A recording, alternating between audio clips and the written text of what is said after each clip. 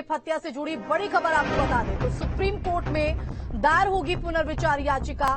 फैसले पर पुनर्विचार याचिका दायर की जाएगी। तो दिल्ली के उपराज्यपाल ने संदर्भ में मंजूरी दी है। पुनर्विचार याचिका दायर करने को मंजूरी। तीनों दोषियों को बरी करने पर पुनर्विचार याचिका। तो चावला गैंगरेप हत्या के तीनों दोषियों की रिहाई और सुप्रीम कोर्ट के फैसले के खिलाफ पुनर्विचार याचिका पर दिल्ली के राज्यपाल की तरफ से मंजूरी दी गई है। याचिका दायर करने को मंजूरी मिल गई है। तो दिल्ली के उपराज्यपाल वी.के. सक्सेना ने 2012 के रेप और हत्या के एक मामले में तीनों दोषियों को बरी करने के खिलाफ एक पुनर्विचार याचिका दायर करने की आज मंजूरी दे दी है। उसी के साथ रास्ता क्लियर होते हुए अब सुप्रीम कोर्ट में इस पर पुनर्विचार याचिका लगाई जाएगी। आपको बता दें कि चावला में 11 साल पहले 18 साल की युवती को दरिंदों ने सरेआम अगवा कर लिया था। चलती कार में युवती के साथ दरिंदगी की गई थी और उसी दौरान उसकी हत्या भी कर दी गई। तो पूरे मामले में उत्तराखंड सरकार भी पीड़ित परिवार के साथ खड़ी रही। सीएम धामी ने रविवार को पीड़ित परिवार से मुलाकात की थी। वहीं रिव्यू पिटीशन की मांग को लेकर अनिल बलूनी ने पीड़ित परिवार के साथ दिल्ली के एलजी से मुलाकात की थी और अब दिल्ली के राज्यपाल की तरफ से इस पर मंजूरी दे दी गई है।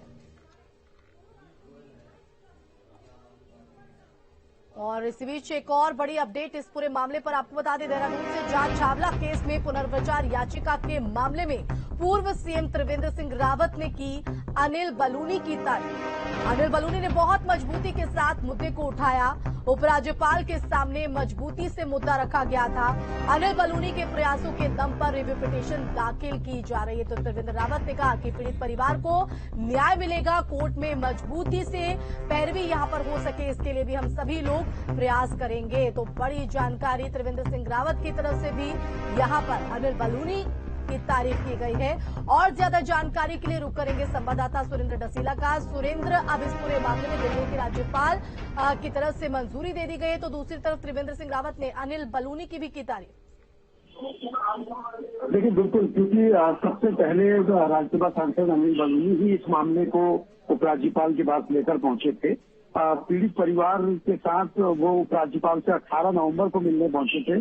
वहां उन्होंने एक पत्र दिया था और कहा था इस मामले पर पुनर्विचार होना चाहिए, क्योंकि चावला केस में जो बालिका थी उसके साथ जिस तरह की निर्दय उसके साथ कृत्य किया गया, उसका दुष्कर्म किया गया, उसका मर्डर किया गया, इस मामले की दोबारा से जांच होनी चाहिए और इस पर दिल्ली के उपराज्यपाल ने उनकी मांग को स्वीकार किया है।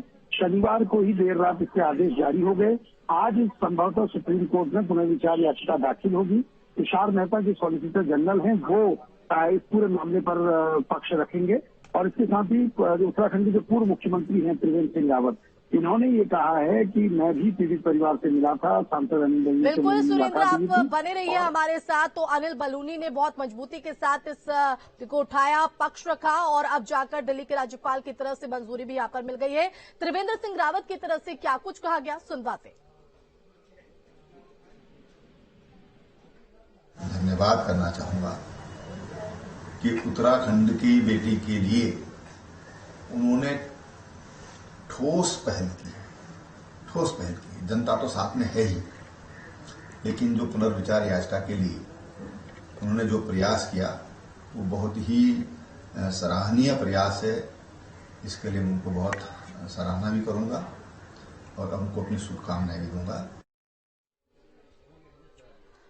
तो बहुत ही मजबूती के साथ अनिल बलूनी ने पक्ष यहाँ पर रखा। और सुरेंद्र, अब इस तारीफ के साथ साथ अब सबकी निगाहें पैरवी पर भी होगी कि किस तरह से मजबूती के साथ इस पूरे संदर्भ में पैरवी की जा सके ताकि न्याय पीड़ित परिवार को मिल सके। बिल्कुल आशिमा, देखिए, पैरवी पे मजबूती से सभी का ध्यान रहेगा, क्योंकि सुप्रीम कोर्ट से जो झटका पीड़ित पक्ष को लगा था उसके बाद अब सब यही उम्मीद कर रहे हैं कि पुनर्विचार याचिका जब दाखिल होगी, एक्सेप्ट होगी, तो उसके बाद मजबूती से पक्ष रखा जाए। जैसे मैंने कहा, सॉलिसिटर जनरल तुषार मेहता इसमें अपना पक्ष रखेंगे।